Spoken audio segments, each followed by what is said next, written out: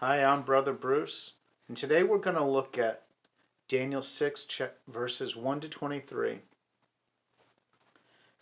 And I'm going to go back all the way to the start of the chapter because I want to put it in context. Usually, as children, we just read the exciting part of Daniel in the lion's den. But I want to go all the way back to the beginning so that we can put it in context.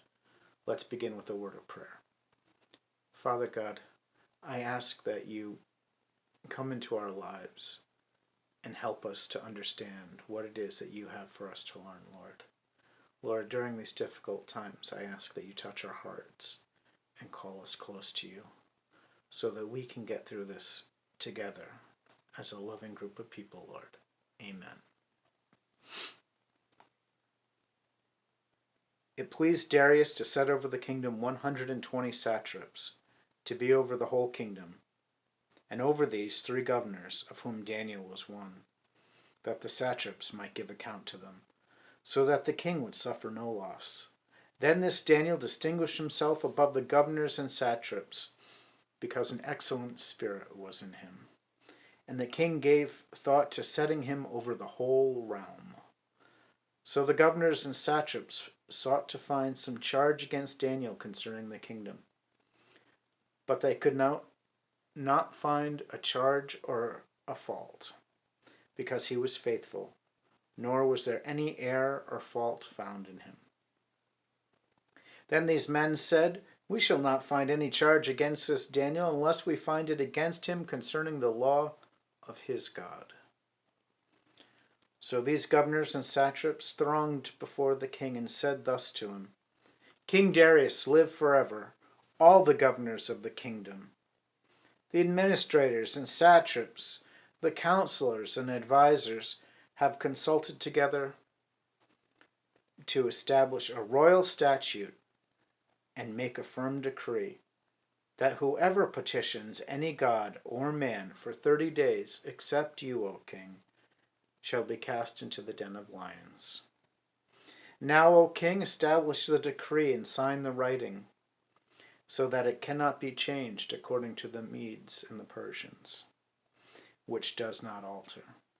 Therefore King Darius signed the written decree. Now when Daniel knew that the writing was signed, he went home, and in his upper room, with his windows open toward Jerusalem, he knelt down on his knees 3 times a day, and prayed and gave thanks before his God, as was his custom since his early days. Then these men assembled and found Daniel praying and making supplication before his God. And they went before the king and spoke concerning the king's decree. "Have you not signed a decree that every man who petitions any god or man within 30 days, except you, O king, shall be cast into the den of lions?" The king answered and said, "That is true. The thing is true, according to the law of the Medes and the Persians, which does not alter." So they answered and said before the king, "That Daniel, who is one of the captives from Judah, does not show due regard for you, O king, or for the decree that you have signed, but makes his petition 3 times a day." And the king, when he heard these words, was greatly displeased with himself, and set his heart on Daniel to deliver him. And he labored till the going down of the sun to deliver him. Then these men approached the king and said to the king, "Know, O king, that it is the law of the Medes and the Persians that no decree or statute which the king establishes can be changed." So the king gave the command, and they brought Daniel and cast him into the den of lions. But the king spoke, saying to Daniel, "Your God, whom you serve continually, he will deliver you."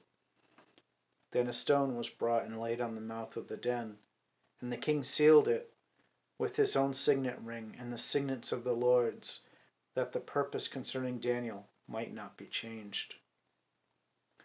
Now the king went to his palace and spent the night fasting, and no musicians were brought before him, and his sleep went from him. Then the king arose very early in the morning and went in haste to the den of lions. And when he came to the den, He cried out with a lamenting voice to Daniel. The king spoke, saying to Daniel, Daniel, servant of the living God, has your God, whom you serve continually, been able to deliver you from the lions? Then Daniel said to the king, O king, live forever. My God has sent his angel and shut the lion's mouth, so that they have not hurt me, because I was found innocent before him. And also, O king, I have done no wrong before you. Now the king was exceedingly glad for him, and commanded that they should take Daniel out of the den. So Daniel was taken out of the den, and no injury was found on him, because he believed in God. I chose that because right now we're going through a difficult time. Lots of people are out of work. Lots of people are staying at home. We have words that we've never heard before. Shelter in place, for one. And it's getting tough. I figured at this time that our faith may be a little tested. And I'm hoping that by seeing this, you'll remember these stories and you'll share them. Comment below what you would like to see me to read next. What would be something that would really help you?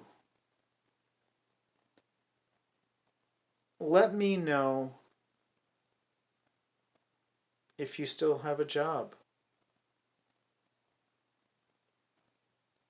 God bless you, and may we walk together always.